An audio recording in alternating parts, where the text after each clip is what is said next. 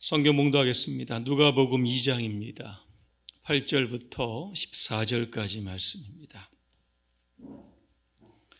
우리 함께 천천히 합독하도록 하겠습니다. 그 지역의 목자들이 밤에 밖에서 자기 양떼를 지키더니 주의 사자가 곁에 서고 주의 영광이 그들을 두루 비추매 크게 무서워하는지라. 천사가 이르되 무서워하지 말라. 보라, 내가 온 백성에게 미칠 큰 기쁨의 좋은 소식을 너희에게 전하노라.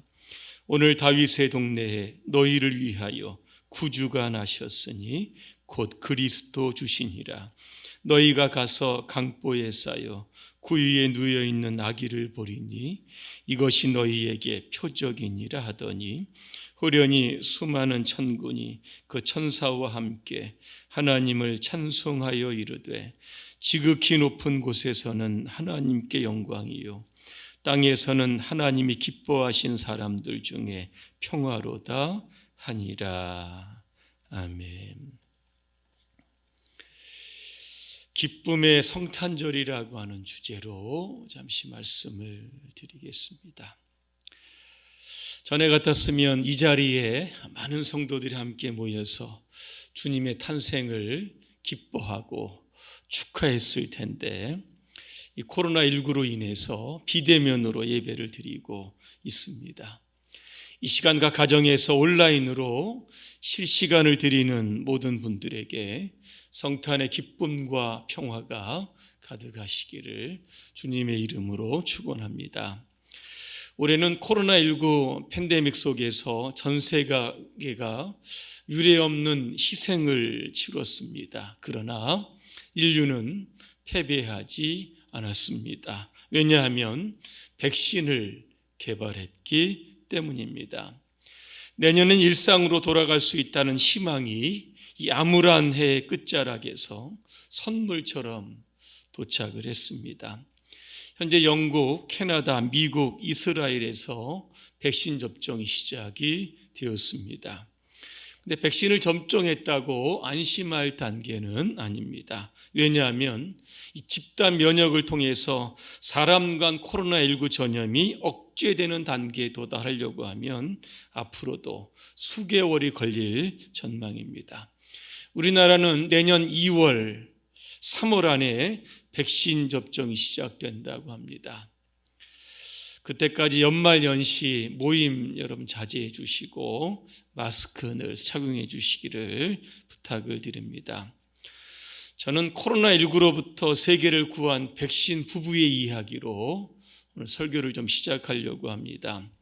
이야기는 1990년대 독일의 시골 마을로 거슬러 올라갑니다. 당시 홈부르크 소재 자를란트 대학병원에서 레지던트를 하던 두 남자가 있었습니다. 우르그 사인과 웨질렘 튜레지라고 하는 사람입니다. 이 두 사람은 터키 이민자들의 자식이었습니다. 병원에서 만난 이 두 사람은 암 환자를 치료하는 방법이 충분치 않다라고 하는 사실에 공감을 합니다. 화학요법이 통하지 않는 암 환자를 위한 면역치료법 연구에 매달리기를 시작을 했던 겁니다. 그래서 2008년에 암 면역요법을 이용한 치료제 개발을 위해서 바이오엔테크를 창립하게 되는 겁니다. 올해 이 부부는 1월에 중국 우한에서 발생한 코로나19의 소식을 듣기를 시작을 합니다. 이 병이 세계적인 전염병이 될 것이라고 하는 직감을 하게 됩니다. 그래서 바이오엔테크의 초점을 코로나19 백신 개발을 하는데 집중을 하게 되는 겁니다. 이 사인은 중국 학자들이 공개한 코로나19의 유전자 서열을 사용해서 자신의 컴퓨터에서 10개의 백신 후보를 디자인합니다. 그중 하나가 지난 11일 미국 식품의약국에서 사용 승인을 받은 겁니다. 그리고 결국 지금 백신이 접종되고 있는 겁니다. 이들 부부는 코로나19로부터 세계를 구한 영웅이 되었습니다. 앞으로 이 부부는 혁신적인 암 치료를 위해서 모든 것을 집중하겠다 그렇게 이야기합니다. 여러분 앞으로 기대하셔도 될 것 같습니다. 이들 부부가 만들어낸 암 치료제가 앞으로 암으로 고통받는 이들에게 큰 기쁨의 좋은 소식이 될 겁니다. 오늘 말씀의 배경을 좀 말씀을 드립니다. 1절에 보니까 그때의 가이사 아구스토라고 하는 인물이 나옵니다. 인물은 로마의 아구스투스라고 하는 황제를 가리키는 겁니다. 그가 정권을 잡은 후에 로마 제국의 통치 기반을 든든히 하기 위해서 인구조사를 실시를 합니다. 인구조사의 실시 목적은 두 가지입니다. 세금을 확보하고 유사시에 군대에 동원할 수 있는 능력을 조사하기 위한 겁니다. 폴 존슨이라고 하는 역사가는 그 당시의 상황을 이렇게 설명을 합니다. 예수님이 탄생하시던 그 당시는 가장 폭력적이고 잔인한 시대였다 그랬습니다. 당시 로마는 지중해를 비롯해서 여러 나라들을 전쟁으로 정복을 하고 힘으로 그 나라를 다스리고 있었습니다. 특별히 이 팔레스타인 지역을 다스렸던 이 분봉왕 헤롯은 결국 이 로마와의 정략적 관계를 유지하면서 폭정을 행하게 되는 겁니다. 이보다 더 심각한 것은 이스라엘의 영적인 상황이었습니다. 그 당시의 유대 종교는 백성들에게 기쁨을 주지를 못합니다. 오히려 율법의 짐을 그들에게 지우면서 백성들로 하여금 더 힘들게 만들었던 겁니다. 종합해 보면 이런 겁니다. 로마로부터 억압된 그러한 상황이었습니다. 경제적으로는 파탄의 상황이었고 또 영적으로도 보면 참 침울한 시기였습니다. 오늘 이 시기에 천사들이 큰 기쁨의 소식을 가지고 이 땅에 내려왔습니다. 그 소식이 바로 오늘 11절입니다. 오늘 다윗의 동네에 너희를 위하여 구주가 나셨으니 곧 그리스도 주시니라 그랬습니다. 그러면 왜 그리스도가 좋은 소식이 되는지 오늘 두 가지 말씀을 드립니다. 첫째는 예수님께서 구주가 되시기 때문입니다. 이 고대 세계에서의 구주는 소테르라고 합니다. 병이나 전쟁이나 사고나 세속의 악으로부터 구해주는 사람들, 이를 가리키면 세속의 왕들도 될 수 있고 군대의 지도자들, 이들을 가리켜서 소테르라고 불렀습니다. 자, 그런데 예수님은 그런 구주와는 다릅니다. 예수님은 영적인 구주십니다. 영적인 구주라고 하는 것은 죄로부터 인류를 구원하신다라고 하는 뜻입니다. 마태복음 1장 21절을 제가 한번 읽어드립니다. 아들을 낳으리니 이름을 예수라 하라. 이는 그가 자기 백성을 그들의 죄에서 구원할 자이심이라 하니라 그랬습니다. 여러분, 죄라고 하는 것이 무엇입니까? 죄는 성경에 보니까 하나님과 분리된 그 자체를 죄다 그렇게 규정을 합니다. 한 걸음 더 나아가서 부패된 본성으로 하나님의 뜻을 거리키는 것, 이게 바로 죄라고 하는 겁니다. 한번 예를 들어 보겠습니다. 여러분 잘 아시는 다윗 왕입니다. 다윗은 밧세바와의 간음죄를 짓게 됩니다. 그 이후에 그는 그의 심정을 이렇게 소개를 합니다. 시편 32편입니다. 밤낮으로 주의 손이 나를 무겁게 누르심으로 여름의 뙤약볕에 물이 말라버리듯 내 기력이 쇠하여졌습니다. 이렇게 표현합니다. 죄라고 하는 것은 다윗에게 더 이상 살아가야 할 의미를 다 빼앗았던 겁니다. 기쁨도 사라지고 평안도 사라지고 모든 것들이 다 지옥 같은 환경이 되었다라고 하는 겁니다.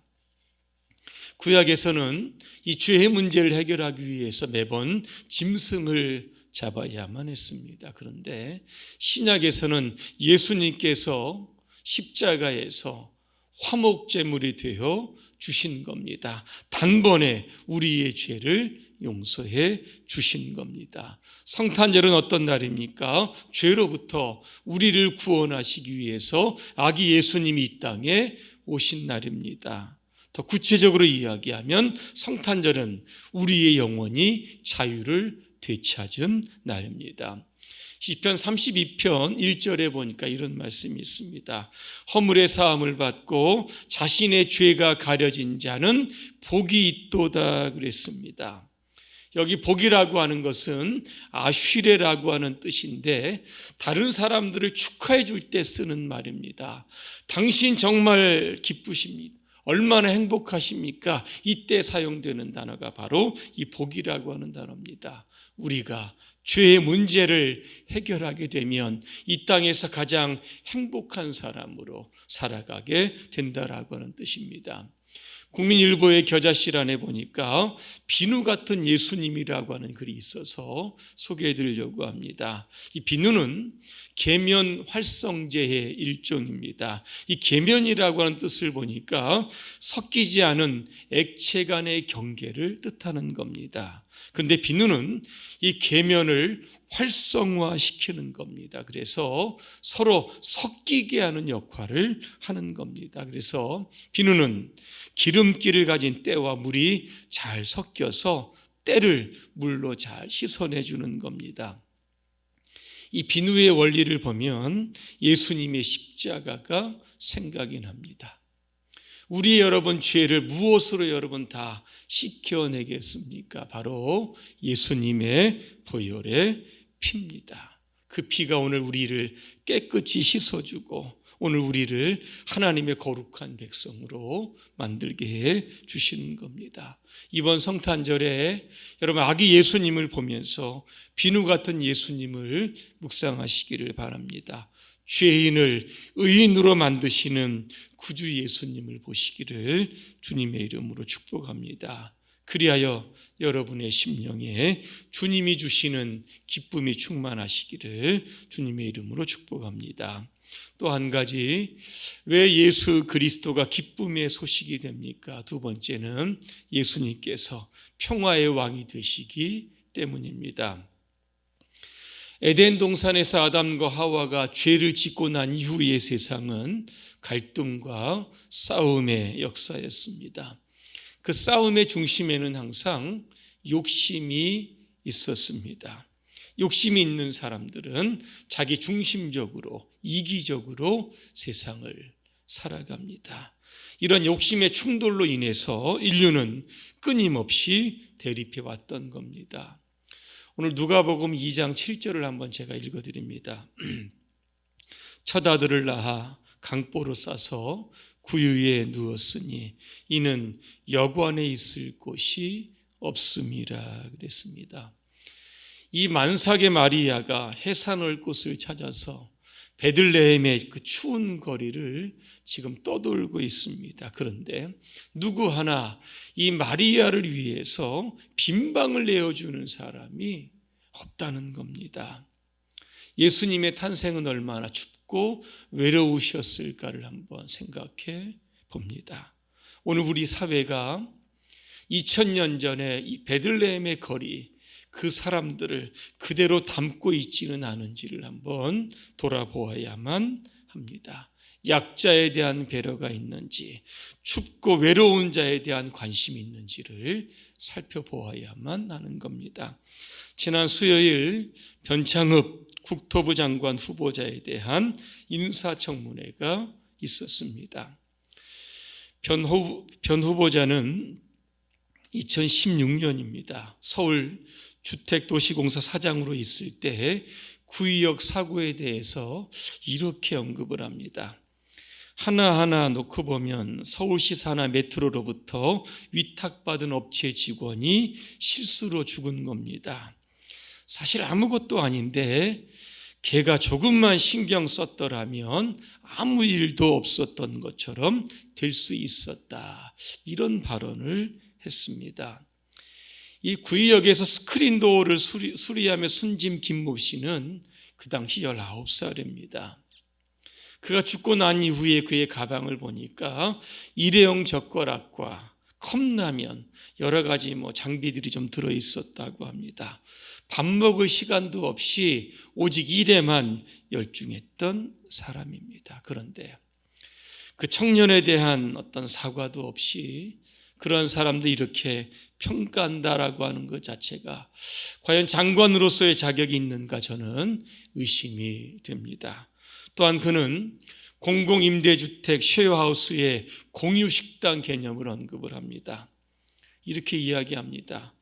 못 사는 사람들은 밥을 집에서 해먹지 미쳤다고 사 먹느냐, 그렇게 이야기를 합니다. 여러분, 못 사는 사람들 밥 좀 사 먹으면 여러분 안 됩니까? 세상이 이렇게 좀 각박해집니다.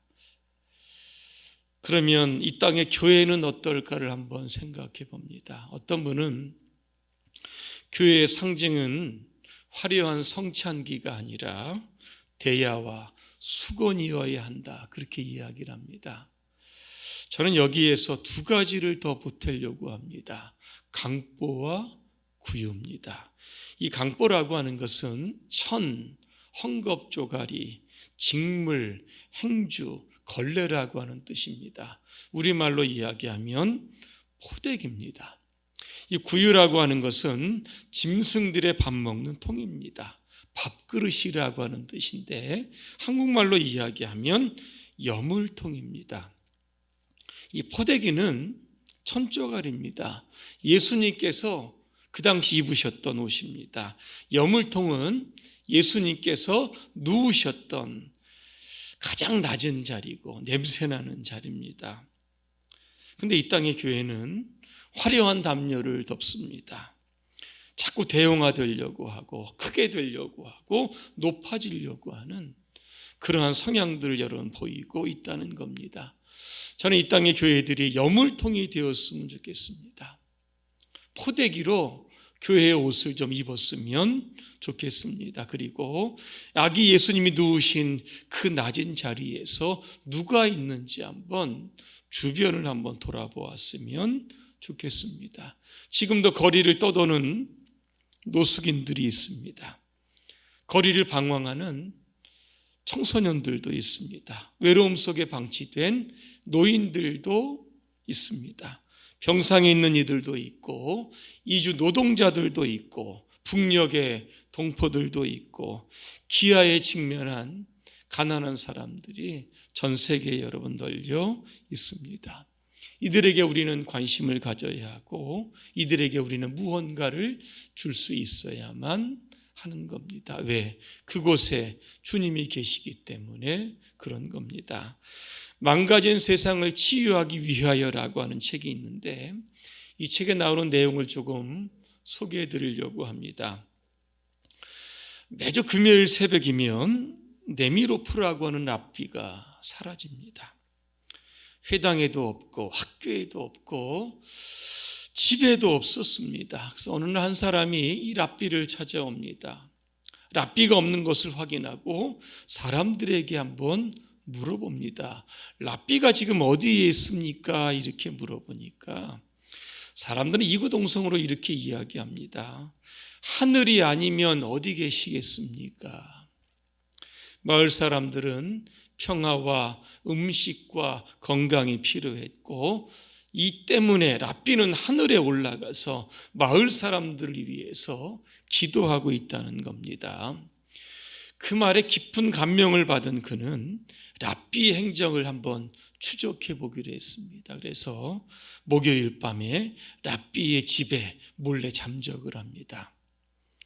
금요일 아침입니다. 랍비는 벽장에서 낡은 옷구러미를 꺼내서 몸에 걸쳤습니다. 거룩한 옷이 아니라 농부의 옷이었습니다. 창고에 가서 도끼를 꺼내 들더니 밖으로 나갑니다. 랍비는 마을을 지나 숲으로 들어갑니다. 굵은 나무 한 그루를 찍어 넘어뜨렸습니다. 그리고 그것을 잘게 잘랐습니다. 그 장작을 어깨에 짊어지고 마을로 돌아옵니다. 허름한 집으로 들어가서 노크를 하는 겁니다. 가난하고 병든 늙은 여인이 문을 엽니다. 누구십니까? 저는 바실이라고 하는 사람입니다. 나무를 좀 팔고 싶습니다. 헐값에 드리겠습니다. 이 여인이 말합니다. 사고 싶은데 돈이 없습니다. 그러면 외상으로 드리겠습니다. 아니 어떻게 갚으라고요? 그랬더니 랍비가 이렇게 말합니다. 하나님을 믿으시지요. 그분께서 제게 보상해 주실 겁니다. 하지만 나는 병이 들어서 불을 지필 만한 기운조차도 없습니다. 그때 랍비가 이야기합니다. 제가 피워드리겠습니다. 그리고는 그 집을 떠나서 자기의 집으로 돌아왔습니다. 이 사람은 랍비의 행적을 줄곧 지켜보다가 그의 제자가 되었다고 합니다. 그날 이후로 마을 사람들이 랍비가 어디 갔느냐 이 사람에게 물으면 그는 이렇게 대답했다고 합니다. 그는 하늘보다 더 높은 곳에 계실 겁니다. 이야기가 주는 교훈은 여러분 무엇입니까? 하늘은 저 높은 곳, 인간의 손길이나 발길이 미치지 않는 다른 차원의 공간이 아님을 일깨워 주는 겁니다. 분열된 세상, 상처 입은 사람들의 현실 때문에 깊이 아파하고 어떻게든 그 공경으로부터 그들을 건져내려는 마음이 있는 곳, 바로 그것이 하늘이라고 하는 겁니다. 이번 성탄절에 우리가 예수님을 만나려고 하면 낮은 곳으로 우리의 발걸음을 옮겨야 하는 겁니다. 우리가 세상의 모든 아픔을 다 부둥켜 안을 수는 없다고 해도 지금 가장 가까운 곳에서 어둠의 시간을 보내고 있는 곁으로 우리가 다가갈 수는 있다는 겁니다. 왜냐하면 바로 그곳에 주님이 계시고 그곳으로부터 평화가 시작되기 때문에 그런 겁니다. 이번 성탄절을 맞이해서 죄로 신음하는 그러한 사람들을 우리가 찾아가고 또 중심에서 비껴나서 지금 소외되고 외로운 자들을 찾아가는, 그래서 그들에게 주님의 기쁨과 평화를 전달하는 그런 복된 성탄절이 되시기를 주님의 이름으로 축원합니다. 기도하겠습니다. 은혜로우신 하나님, 저 하늘 높은 곳에서 이 낮고 낮은 땅 위에 육신을 입고 오신 예수님을 찬양합니다. 이 시간 예수님께서 주시는 기쁨과 평화가 우리 안에 충만케 하여 주시옵소서. 예수님의 이름으로 기도합니다. 아멘.